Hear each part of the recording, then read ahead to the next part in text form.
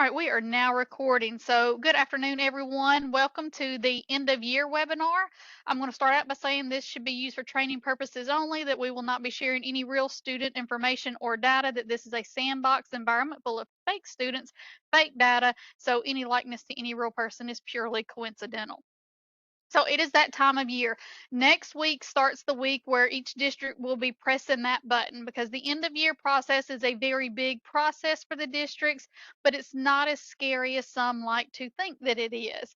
There is some prep work that you have to have in place to complete the end of year process, or you might have some cleanup that you have to do after the fact.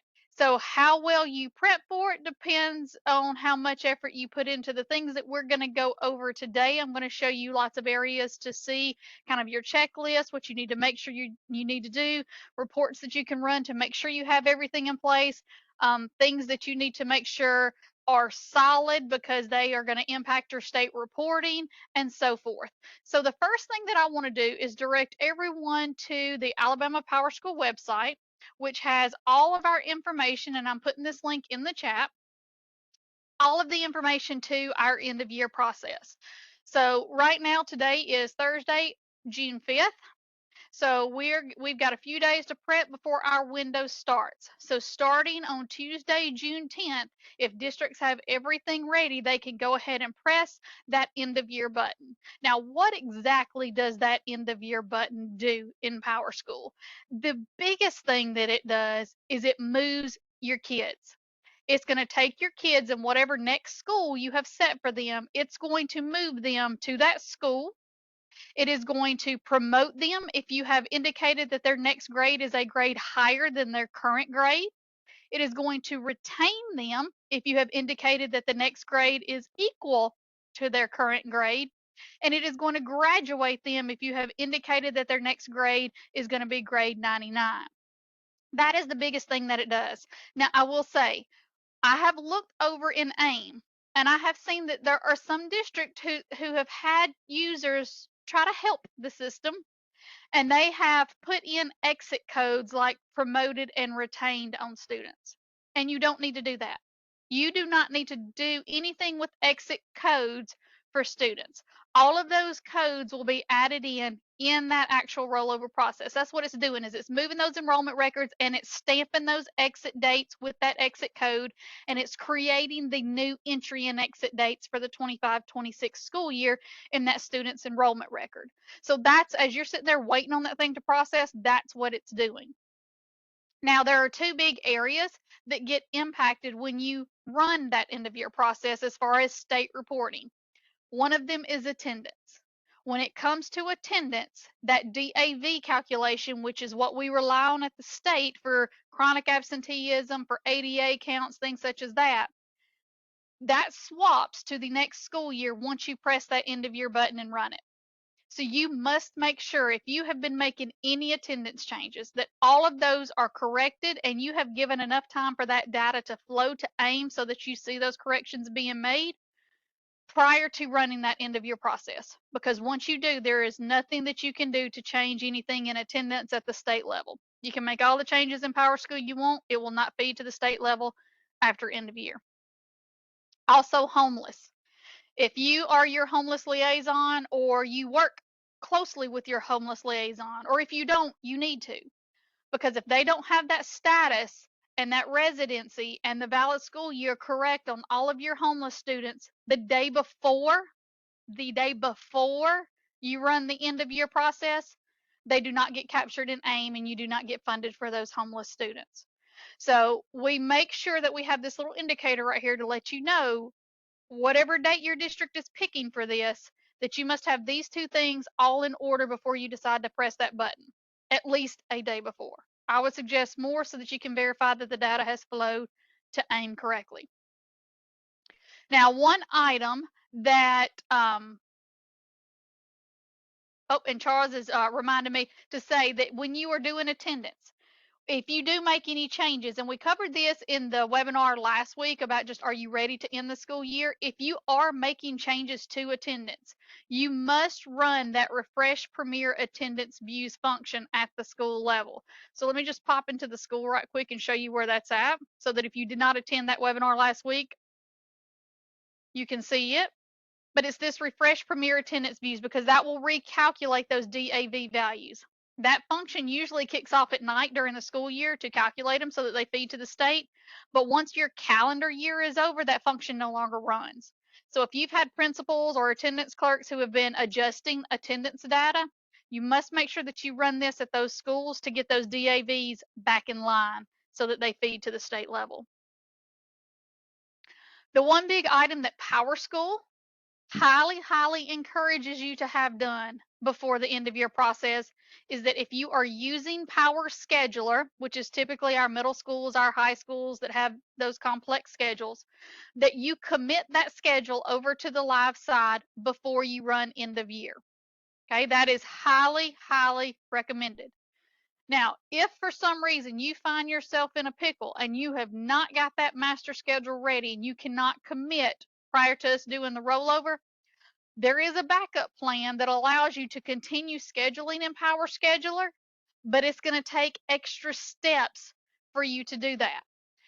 As part of the memo, which I have linked here on this page, there is a link on how to continue scheduling if it is necessary. But guys, I highly recommend that you make sure you get that done prior to, just to make sure nothing happens, because I have seen some things happen that have been not good for districts who scheduled after the fact.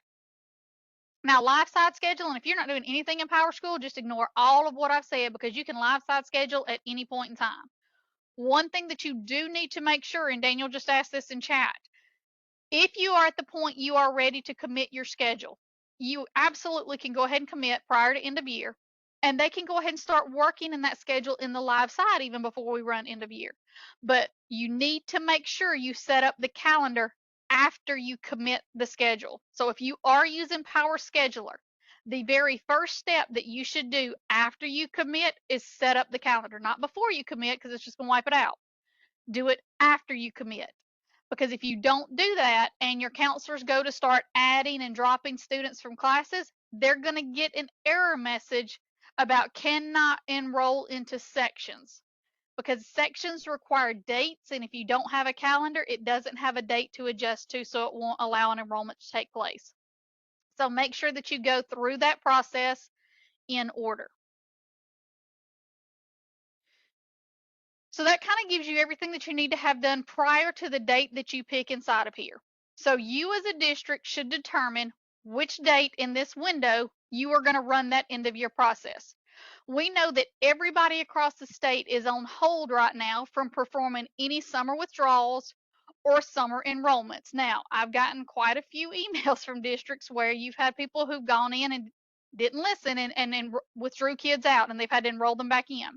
So please make sure you are communicating and checking with your people that they have not withdrawn anybody who's come to say, hey, I'm going somewhere else next year. You must hold those until after our end of year rollover is complete so everybody gets their promotion, retention, and graduation status applied to them. Now, one thing that I'm going to have that's going to help everybody in the state keep up with where we're at, because I'm still going to send that whole email at the end of the end of year process when we know everybody has cleared. But if you're anxious and really want to know, I have created a spreadsheet, and I'm going to share the link now, and I'll put this link in the recording as well when I email this out to everyone. This spreadsheet is going to be our end of year tracker. Okay. Our end of year tracker. So I've got every district listed on here. I will have the IS team here has a query that they will run for me each day that will let me know who has performed end of year and who has not, so that you can see that we have seen you done this at the state level. As soon as a district completes it, I will type in the word completed here, and it will flip you to a green status. So you'll be able to track the progress of all the districts across the state to know when we are clear, so that we can start doing our summer enrollments and summer withdrawals. Also, each day I go into official state collections and I look at our error count, and we have some districts who still have pretty high numbers of errors, and you want to get these taken care of. You do not want to wait to that state snapshot day of the 20th to get these and not have time to have that data replicated. Some of these are issues that are with third-party vendors that y'all are having to get involved. Some of these are tracking down data that you have to get that takes some time. So I will keep this as our end of year district status and errors for 2025. I'm going to do this every year as we go through end of year so that you can see where we are at. Now, there are going to be some people also who want to wait until the very end of this window and go, I'm just going to wait till the 17th and do it, which is completely an option for you. But here's the thing I want you to remember. That process is what graduates your kids. You have some people in your district who are sitting on G and waiting on O for the cohort tile, making sure that all their kids who are graduated or are marked as graduates, and hopefully they've already been checking their withdrawn, still enrolled to see if anybody had any issues with enrollment records. If you wait until the 17th to do that rollover, and that's when the kids graduate, it could be up to 2 days before you see that reflected in the cohort tile, which gives you very little time until the 20th when we start pulling snapshots to see where everybody's status is. So I would say I would try not to do it at the very end of this window. Do it as early as possible to give yourself time to look at how all that data goes. Because I've had people who put incorrect codes on kids and they get state errors popped about kids not being graduated correctly, or they forgot to put an extra field, they forgot to do the exit type on them, things such as that. So give yourself some leeway here so that you don't get in a bind on the 20th in getting those state snapshots. Now, what all does this end of year process entail? So I've got the recording of the webinar from last year, or from 2 years ago that we will replace with this recording. But I also have down here the true document. So on this page is the end of year process for Alabama. Now, if you go out there and Google just PowerSchool end of year, you're going to get generic information that's going to skip some steps that you specifically have to do if you are in Alabama, because we are a statewide system. So please make sure that you are looking at this one that is very Alabama specific. Now, it's going to go through the complete list of everything that you need to do. It is going to go for, and I take basically that generic one, and it's going to have things that we don't have to do in Alabama, and I'm going to point that out to you because we are a hosted system. But there are extra things like we have to withdraw our students who are cross-enrolled from other districts into us because you don't promote, retain, or graduate them. You have to withdraw out your foreign exchange students, your Tim Tebow students, because you do not give them a promotion, retention, or graduation status. So this is your guide that will literally take you step by step through everything that you need to do. And all of this you can start doing right now. So make sure that if you have not taken a look at that document, that you get it printed out, put it beside your desk, and use that as your little Bible going through and check through. Yes, I've done next grade. Yes, I've gone through this. Okay. We're not going to go through this whole thing step by step. We're going to hit the highlights of it because some of it's very little minuscule stuff that are very self-explanatory. But what I do want to do is to kind of jump into PowerSchool, and let's talk about the things that you need to do. So probably the most important thing that you need to make sure you have done is, have you stored all of your grades for the 24-25 school year? And don't just assume that everybody has stored those grades. Somebody at the district really needs to look at the kids. I would pick a few kids from each school and look at historical grades. Do you see the Q1, the Q2, the Q3, the Q4, the X's, the F's, whatever grading buckets you have created? Do you see those on the actual student record? Because if not, that means that somebody forgot something. I literally got an email yesterday from a district that realized that 2 years ago at one of their elementary schools, nobody ever stored Q2 and Q3. So the only thing that they had were Q1, Q4, and F1s on their historical grades. So please make sure that you look to see that you have all those grades, because once you do the end of year rollover and you get into the next year, you can't go back and store for the previous year. Okay? So I want to make sure everybody understands that. Your first checklist is to check your schools and make sure that all of your buckets have been stored for your students accordingly. Second thing is back to one of those that's on the calendar, which is the committing schedule. If you are in Power Scheduler, please make sure that your people are on that and that you're doing your best to get it committed before the rollover. The next is what is on the individual student screens in courses and programs and scheduling settings. This is where the fields are that control what happens to the kids in rollover. So here I have Mickey Mouse. Mickey Mouse is a grade 12 student.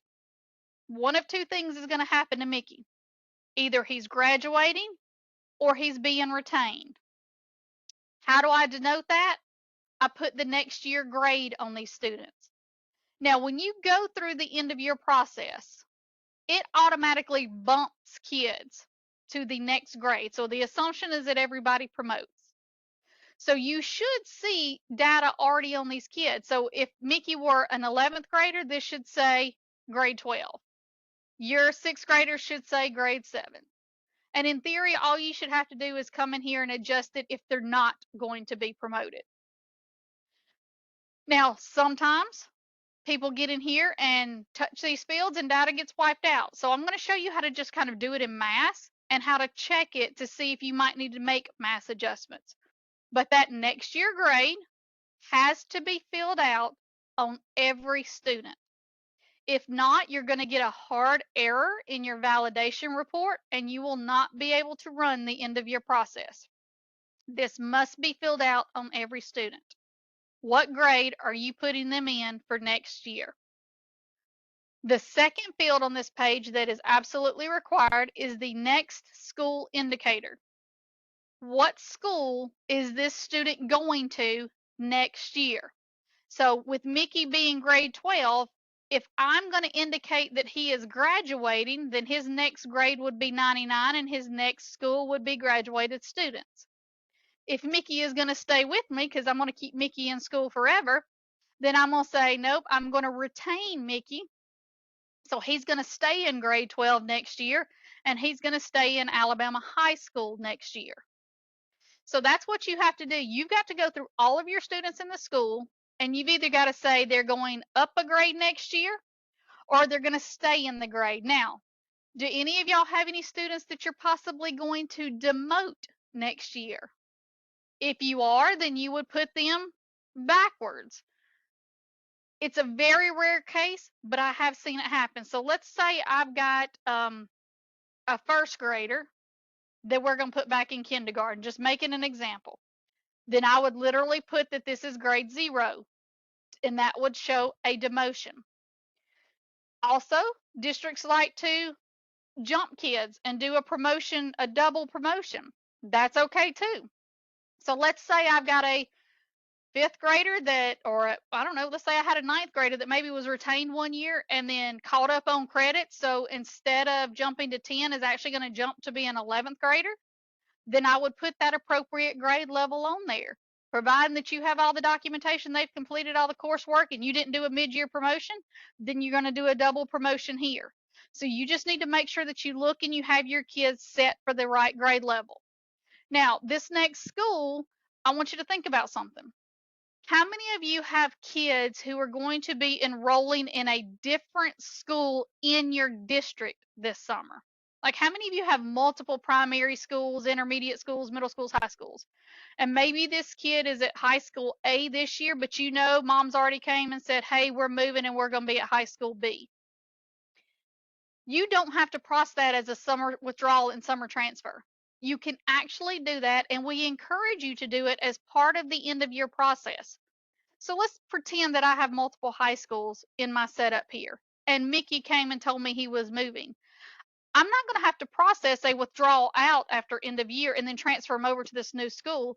all I'm going to do is say right here, well, I already have the paperwork, and I know that Mickey is going to be going, instead of Alabama High School, they're going to go over to XYZ High School. And you can set that here, and it will do all that summer transfer for you.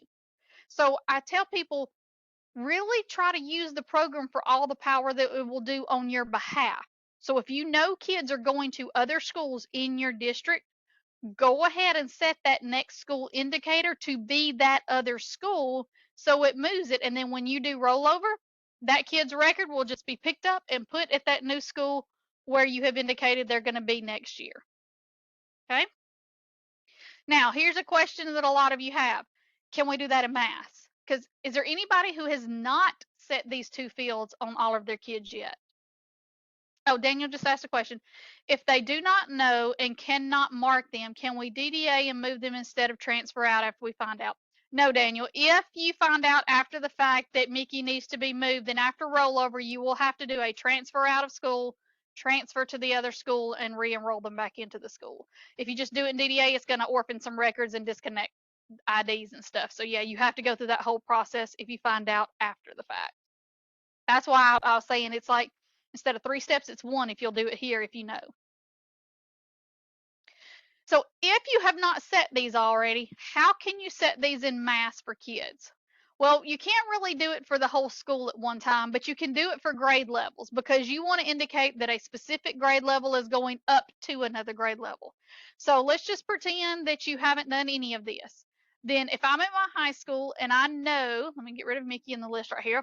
I know I've got to set my 9th graders to move to 10th grade. I've got to set my 10th graders to move to 11th, and so on. Then what I'm going to do is I'm going to grab that list. So I'm going to click on 9th grade, and I've got my 375 9th graders. I'm going to go to my drop down to this change student field values. I'm going to go to the field, SCED, next year grade. This one right here, SCED next year grade. And I'm going to say, okay, I know I'm going to have people retained, but I'll come in and change them after the fact. Now, please do not go do this in mass if your people have already touched this and you wipe out all of the retentions they've already set. Make sure y'all are communicating. So I'm going to pretend I have not set anybody. So I'm going to say every 9th graders next year grade now needs to be set to grade 10. And I'm going to submit. Now, notice it did not pull up any students right here. Does anybody know why it did not pull up any students for me when I did this? Because all of my kids have already been moved to grade 10. So you're only going to have students show up here if you have somebody who doesn't meet the criteria that's there. So because all of my 9th graders have already been bumped up to grade 10 in there, I have nobody to do. But if I did, and I'll tell you what we'll do. Let's go back to the main screen. And let's just click on one and change them back to grade 9, just so that you see it. So let's go to grade 9, submit,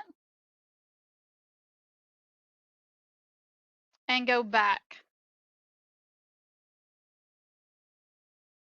So now go to change student field values for those 375 kids. Go to fields, type SCED, and I'm going to find again that SCED next year grade. And I want all 9th graders to be set to grade 10 and submit. Okay, so now I get a hit. I've got one kid who already was not set to grade 10. So if I want to set her from grade 9 to grade 10, I'm going to hit submit, and now it's done. So you would do that with each grade level. You would go select all your 10th graders. You would make sure that next grade goes to 11. All 11th graders go to 12. All 12th graders go to 99 if they're graduating. Same thing for K-8. You just bump them that next grade. Now, what about that school? How do you bump that school to whatever needs to be seen? Well, you're going to go to fields, and it does not start with SCED. Type in the word next, and you should see one that says next school.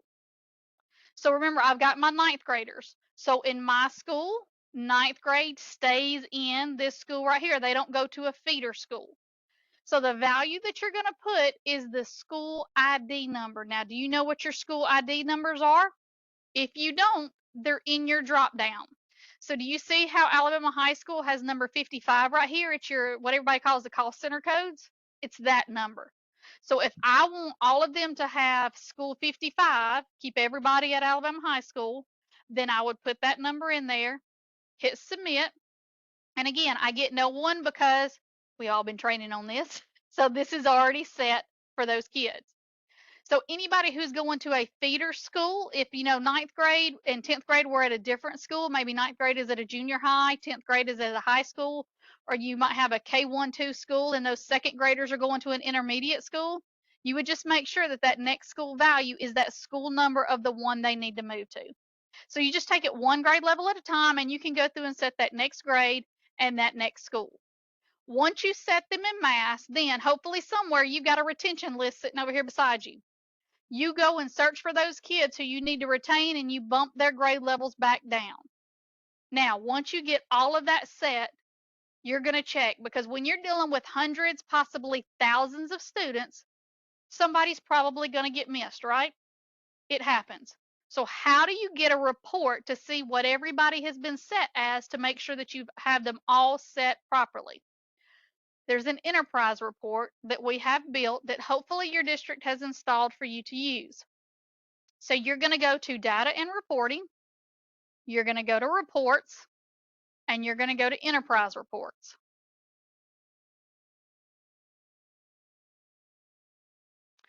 And I have mine up under enrollment, but it's somewhere in your list. You can just do Control F and search for EOY, and it should come to this EOY grade level validation. I highly suggest, and I talked about this on last week's webinar, that you have the people at your schools. District office is not going to know this. Your schools are going to know this. The principals, the counselors, the registrars, the people who are over that. Put what's happening to your kids. So when I run this report for my high school, it tells me that I have ready 316 kids to mark to be graduated, 1,194 are marked to be promoted, and 2 are marked to be retained. So hopefully you know your numbers in your school, so that when you look at this report, you can see, oh, 316, no, I should have, 317, or I should only have 304. Well, if you're like, who's not correct? If you click on that little piece of the pie chart, it will filter these names down here, and you can see all the people you have marked graduated, and you can go, oh yeah, Andy didn't get his credits, so he's being retained and is going to have to go through summer school. So you know you're going to need to go back to Andy's record and mark him back to be grade 12 and to be retained. So use this report to make sure that you have everybody set right, because if not, then what's going to happen is when you roll them over, you're going to get them in cohort, you're going to get them in a new school, and people are going to go, wait, this kid's not supposed to be coming here, and then you're going to have to transfer and undo some of this stuff, which is a little more cumbersome. So use this report to see, or if I have 2 retained kids and I know I should have 1, I can say who got retained and should not have. So double check yourself to make sure you have everybody set the correct way for rollover. Now, once you have everybody set, what are the other things that you need to check on inside of PowerSchool to make sure you have cleared any issues for rollover? So there are 2 reports that are in system reports that we say you need to make sure you clear any errors you see for the 24-25 school year. You're going to go to data and reporting, reports, and system reports. And scroll to the bottom. And you are going to look at these 2 reports right here that are up under this membership and enrollment area.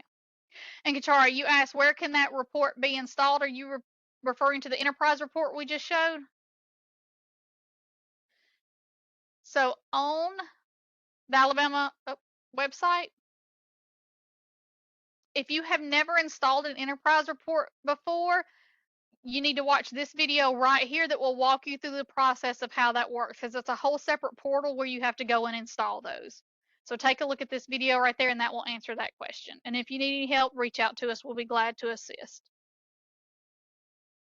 So there are 2 reports, the school enrollment audit and the section enrollment audit. The school enrollment audit is going to look at the dates of your students' school enrollments. It's going to compare it to years and terms. It's going to compare it to lots of things to make sure you don't have issues. For example, how many of you got that email that I just sent out about 30 minutes ago that says we found 20,000 kids across the state who have incorrect exit dates? Okay. That's in the school enrollment audit, because what it's doing is it's looking at the last day of school you have in your years and terms. When it comes to a student's school enrollment record, that exit date, if that kid's been with you all year, that exit date should be the day after your last day of school, because you have to get ADA and ADM for that last day. So if we see years and terms say May 23rd, but then we see your kid's exit dates on May 23rd, that's an issue. Things like that are going to be shown in this audit. So if I run the school enrollment audit, it's going to tell me that. Students with enrollment date overlap or misalignments. Now, this report is going to show you a kid that has this issue in any school year. The ones we are focused on are the 24-25 school year. So people ask, well, Stacey, if I see something that's an issue, but it was like 3 years ago, do I have to fix it? Well, technically not for this rollover, but if you ever want to get this report clean so that you don't have to go find the ones that are relevant for this year, yeah, you need to get them all cleaned up. Like, this is a mess that I have up in here. 112 kids that have an issue. And if I were to click in them, it could be a this year issue, it could be a last year issue, but basically I need to look at these dates because something is wrong with these dates according to our calendar year. And because you can't see that calendar year, you would kind of have to know what to look for inside of those. In this one, I can see very quickly what the issue is. So let's do our little quiz. Does anybody see the issue on this kid's record right here? Who's the first one that can find it? Duplicate. Carla wins. There you go. I've got 2 years. Like, for some reason, this school year of 2020 is duplicated. So what am I going to do with it? How do I fix that? Oh, well, you go into the one that's not right. You delete it out. So I don't need that duplicate. I need to leave the current one up there. You don't delete the current one. I'm going to come down here in this previous one, and there's that delete button, and it's gone. And so it's fixed. So you really want to make sure that you take a look at anybody in this list and make sure those beginning and end dates align with the way that your calendar should be. Okay, I'm going to go back to system reports because the school enrollment audit looks at the overall enrollment history, current enrollment, previous enrollment record. The other report is the section enrollment audits.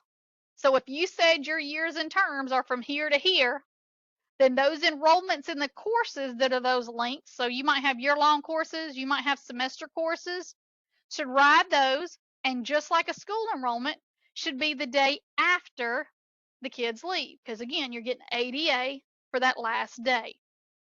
So if I go into this section enrollment audit, there's a couple of things it looks at. The first one is this big one, and hopefully by the end of the school year, you should have no kids here, because hopefully you have no-showed all your kids. You're not going to get those nasty 9-month errors. Students enrolled in school but are not in any classes. Why would a kid be enrolled and not taking any classes? That shouldn't happen. If you're saying they're a mid-year graduate, they should have been graduated out. If you're saying that, well, it's a pre-K kid we have in for referral services, we at least say that you need to put that pre-K course code on them because we know we're being referred for services, those kind of things. Or is it a kid that nobody laid eyes on and they have rode ADA and ADM for the entire year and you forgot to no-show them? Well, if you go and no-show them at this point in time, it's going to throw a hard error on your state report saying, hey, this kid was captured for fall collection, which means you got funded for him, and now you took the enrollment year out. So there's nothing you can do to fix that other than make sure your people know next year you've got to do those no-shows in time. So yeah, Daniel, your $49.99 kids should have schedules because they've got the pre-K class and you've got your services classes for what they're being served for, the speech, the hearing, the vision. So they should be in one of those classes. Now, the other thing it's looking at, students with course date misalignments with school enrollments. So let's look at this first student, Alyssa Mouth, and I'm going to help us with our tired eyes because this is some small writing right here. So look at Alyssa. This top row is the date on her enrollment record. So it says she enrolled on 8/1 and she left on February 3rd. Okay. She enrolled on 8/1, she left on February 3rd. So she was only in the district for a very small time. So what is the assumption of when she should be in her classes? Any class that she has a schedule for should also say from 8/1 to February 3rd. Well, look at what she has. In economics, her entry date is 8/1/2024, and her exit date is 8/1/2025. So somebody didn't drop this class or either manually edited an exit date and it's not correct. So you would need to go into her record and you would need to fix this exit date for this course to be this date right here. Now, sometimes you do see kids pop on this if you've done a mid-year grade change. If you did a mid-year promotion, they do pop as these errors, but you can ignore them. Those are perfectly identified and will not cause any issues. So the only ones you should ignore are your mid-year promotions. Looking at this student right here, they enrolled on 8/8, left on 8/1. Well, again, same thing. I've got an enrollment of 729 leaving on 8/1. Well, how can they start a course before they start school? So again, somebody messed up on an enrollment date and it just needs to be adjusted. So you would need to go into this pre-calculus course and change that enrollment date to match the date they actually start school. And I'll tell you guys, we get a lot of these at the beginning of the school year because the first week of school is hectic. Like a kid will come into the counselor's office on 8/1 to enroll, and they pretty much handwrite them a schedule and go, here, go to classes, we'll get it put in PowerSchool. And it might be 2 days later they put them in PowerSchool. And so when you do that, it's putting that current date on there. They forget to adjust it back to that day that they actually enrolled. So any of those need to be adjusted. So those are two of your big reports that you really need to look at. Now, when it comes to other reports, keep in mind that the end of year does point things over into the next year. Some of the system reports that are on this page do not run for past year data. So if there are some of these reports, like especially some of these built-in ADA and ADM reports, some of y'all use them heavily. Some of y'all don't use them at all. You use the enterprise reports that we can run for any year, or you use AIM. Perfectly fine. If you have any of these reports that you like live and die by, print it out and save it as a PDF, because once you roll over and you go to run that report again, there's no way to say, hey, run it for last year from this page right here. Also, report cards, transcripts. When you roll over, that student's grade level is going to change. So if I have my little ninth grader that's going to be promoted to grade 10, or my little second grader that's going to be promoted to grade 3, doesn't matter the grade level. When you printed report cards to go home, it had their current grade level. So that little second grader came home and said, yes, second grade Minnie Mouse is going to be promoted to third grade. And that mama is going to lose that report card. And she's going to come back in July and go, hey, Miss Stacy, can you print me another report card for Minnie for her second grade year? And you're going to go in here and you're going to grab and you're going to print that report card. And guess what that report card's going to say because you're printing it in July? It's going to say, Minnie Mouse, grade 3, here's your second grade classes, promoted to grade 3. And mom's going to go, that's not right. I need it to say second grade. And there's not a way to do that because that grade level is always pulling that current grade. So my advice, run your report cards, run your transcripts, and that PDF that it provides, save it somewhere in a file just to get you through the summer, because you're going to have people come back and ask for you to print those things for those dates, times, and grades that they were back at the end of May. And once you roll over, you can't go backwards. So just keep in mind with that. Any questions on any of that from anyone so far? Y'all been light on the questions in chat.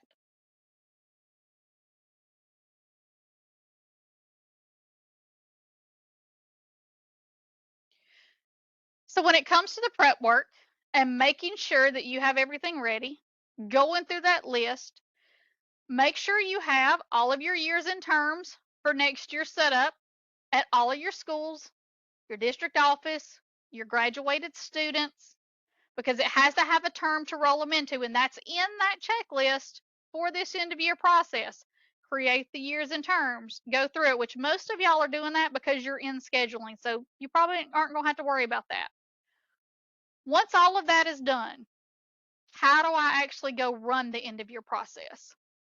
All right, end of year process can only be run from district office. This is not a school by school. You can't roll one school and not all of them. You're rolling the entire district at one time. I'm just going to come up here and type up end and hyphen, and I'm going to find end of year processing. If you want to know the pig trail, it is district management, school rollover, end of year processing. But it brings me to this page right here. And actually, this page kind of steps you through everything that it's going to do and everything you need to do before you run this process. So it runs you through the same stuff that's in that document. Set up your next school year using the correct dates. Make sure the next year has been created at district office. Verify students graduating and have next grade set to 99. You know, kind of all this stuff right here. Goes through that same thing. Then it tells you here are the descriptions of the kinds of students. I'm going to mark a kid as graduating if I see them as going to grade 99.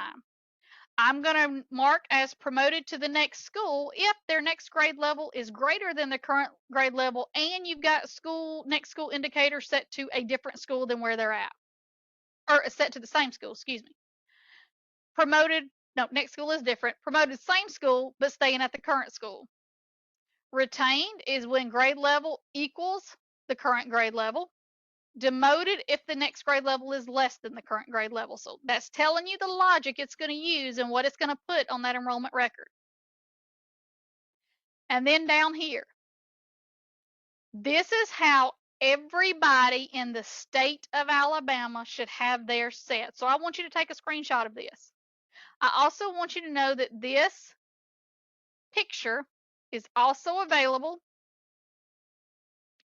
right here. And it says this must look exactly like this. These exit codes and entry codes.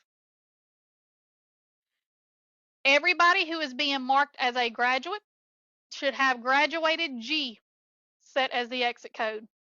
Promotions P, retained and demoted are R's. If your page looks something different than this right here, you're going to have issues and errors after you run the end of year over in AIM the very next day.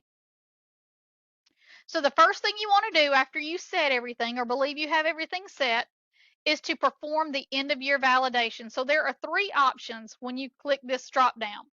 There's perform validation, perform the validation and make any students with issues the current selection, or perform EOY and promote students. You don't do this part until you are ready to really press the button. So what you want to do first, and you can do this today if you want to, just to see where you're at, perform EOY validation, and then click this button, perform processing. It's going to load, and if I have any kids who are not set correct, it's going to start popping them. So it's going to give you like how many students do you have pre-registered, because some of y'all have already started putting in your kindergarten kids, students to promote, students to skip a grade, students to retain, demote, to move but are not graduated, so they're just going from one school to a different school in the district, and how many are going to graduated students. So let's look at the kind of errors that I have. Validation complete, and when there's a long list, it typically does not throw all the errors on that first page. You got to clean them up, run it again, and see what's going on. So it says Sadie, her next school is blank. Her next school is Alabama Middle School, and the next grade is not 0, or is 0, and it's not 4 through 9. So 0 is the default. So basically, somebody has not set next school on Sadie. So I can click on Sadie. I can look and says, oh, she's a 7th grader. Somebody forgot to set her information. So she's getting promoted, so she should actually be 8th grade, staying at the middle school, submit. I took care of her. Now I'll look at the next one. School is blank. Oh, here's one. Student is provisionally enrolled. Nobody can stay in a provisional enrolled status. So if you've got a student that's in provisional enrollment, you should have asked that other district a long time ago, why haven't you withdrawn them? Because you need to clear that provisional enrollment. So you've got to make sure all of those are cleared. You also might have kids showing up here that aren't your kids. So this is why one of the directions is that you must withdraw any student that you have as a student who is cross-enrolled into your district. Like, how many of you have tech centers that allow kids from other districts to come take classes with you? If they come to you, not if you send kids to them, but if they come to you, if you're the receiving district for that cross enrollment, you must withdraw those out, or else they're going to be on this list for not having a next school and a next grade. Well, you're not going to promote those kids. Those kids are going to get promoted at whatever their home school is. So you withdraw them out, and the directions are in that document so that they don't show up on this list. So you would just need to run through your errors. And also, if you have a school that you did not set up for next year, so you have not created the years and terms, you'll see that error down here as well. So notice, I've not set my intermediate school's years and terms up. It doesn't even have a next year, so I can't do end of year until that next year is set up inside of there. So you'll want to keep addressing the errors and keep running your validations. So remember, I fixed Sadie just a minute ago, so I'm going to run it again. And notice Sadie's no longer on the list. So you just keep running it and keep clearing all your errors until you know you have everything set. But if you go through that list and the things that we just talked about and have them done ahead of time, you typically should not have any errors across there. So has anybody run this already? Do I have anybody on the call who has 0 errors so far on there? Woo-hoo! I love hearing that. Way to go. A couple of questions come in. This is showing on my validation. Can you tell me what to do? API SIF eventing is currently enabled for the student's table. It suggests, Marilyn, do me a favor and shoot me an email with that, because I have never seen that before, so I got to do a little bit of research on that.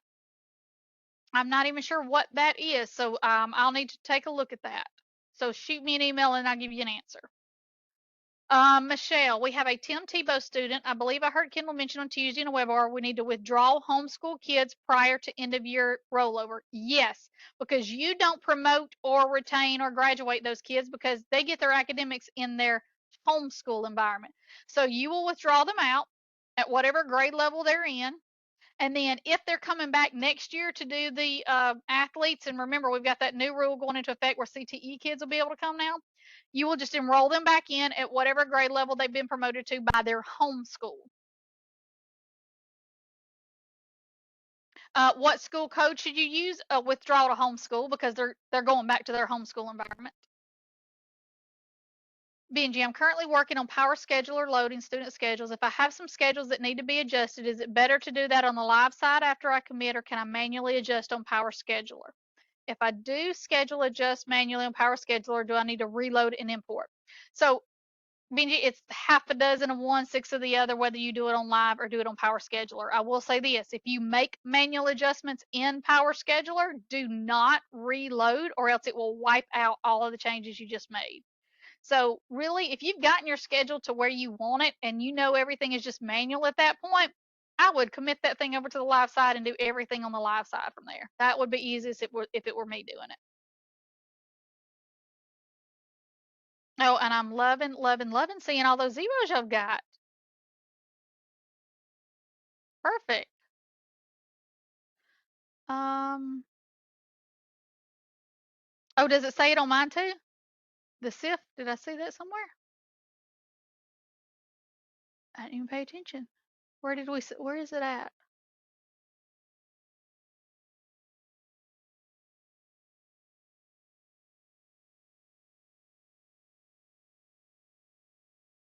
I'll have to look and see. I'll rerun it again and see if I see it. Heatherly, will you clarify the sections we should put an end date under the compliance menu? Oh, compliance. Okay, so let's go to Mickey. And let's talk about our state reporting.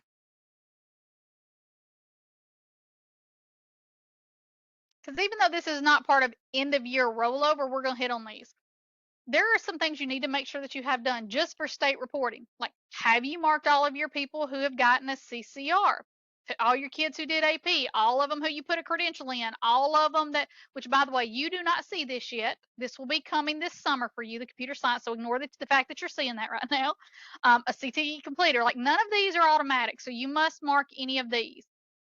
Also remember, if you have a student who is graduating, setting them up and graduated students to roll is one part, but your other part is to make sure you come in here and that you pick the exact diploma that they're getting. Whether I'm getting the high school diploma for a gen ed pathway, or I'm getting the essentials or the alternate achievement standards one, and what your graduation date is. For your end dates, when it comes to the non-traditional type, these should end date with the end of year rollover. So you can go in and put the end date being, the end of school, but rollover should go through an end date, any non-traditional student types for you. So you shouldn't have to worry about that if that's what you were asking about, Heatherly. Patrick, does the end of year rollover process wipe out the instructional delivery data field for all sections? So it doesn't wipe it out, Patrick, but when you copy a master schedule or you commit from PowerScheduler, that field is not brought in. So end of year has nothing to do with that, but you do have to refill that out every year when you copy and when you pull from PowerScheduler.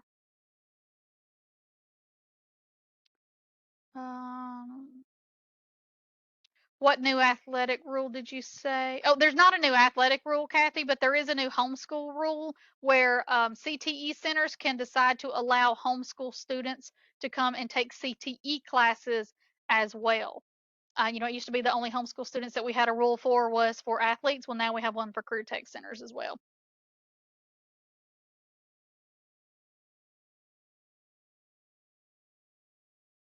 All right. And guys, those are really the big things to look for inside of here. Now, I will say with that email that was sent out just a little while ago about the 20,000 errors with the students who got the wrong exit and entry dates, if you know that you ended on the 22nd and it should say the 23rd, but I'm showing that all of yours are showing the 22nd, remember that you can always come in here and do your search. How many have an exit date of 5/22/2025? I don't even know what, my last date. I don't have anybody, but you would have your kids populate. You could grab them all and then you could change student field values and update that exit date to be 5/23/2025 as well. So keep that in mind. That is how you would correct those if you were on that list. Heatherly, what about foster and immigrant? So there's two things with foster. Are these fosters that you put in or that the state put in? If the state puts them in, then we will put the end dates on them. But if it's something that is a local decision, then you have to put the end dates on them. Perfect. So the biggest thing right now is please make sure that you're going through, checking your next school, checking your next grade, check those school and section enrollment audits to make sure that you clean up all of those errors. Run your validations because that's what's going to catch you. Make sure your attendance and your homeless is correct. And then we're going to run into year next week. And when we run it, if there are some things that aren't right, as long as it's not attendance or homeless, we can fix the rest if a mistake was made or you forgot something. But those two, those lock down. Yes, sir. There's nothing really to do with sir with end of year, but just for state reporting purposes, make sure you're checking all of your stuff for your end of year reports and for anybody dealing with discipline. Asking about sir, remember that we did this webinar last year where we really talked sir top to bottom. So revisit because nothing has changed with that. Watch this webinar, look at this document. It will walk you through what you need to check. Trust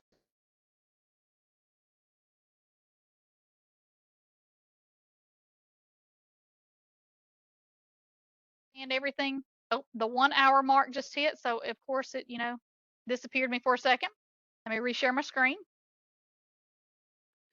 So just keep in mind that we'll take another look. So be on the lookout for another webinar we'll do looking at the 9-month. But this one was just to kind of make sure everybody is ready to press that button next week.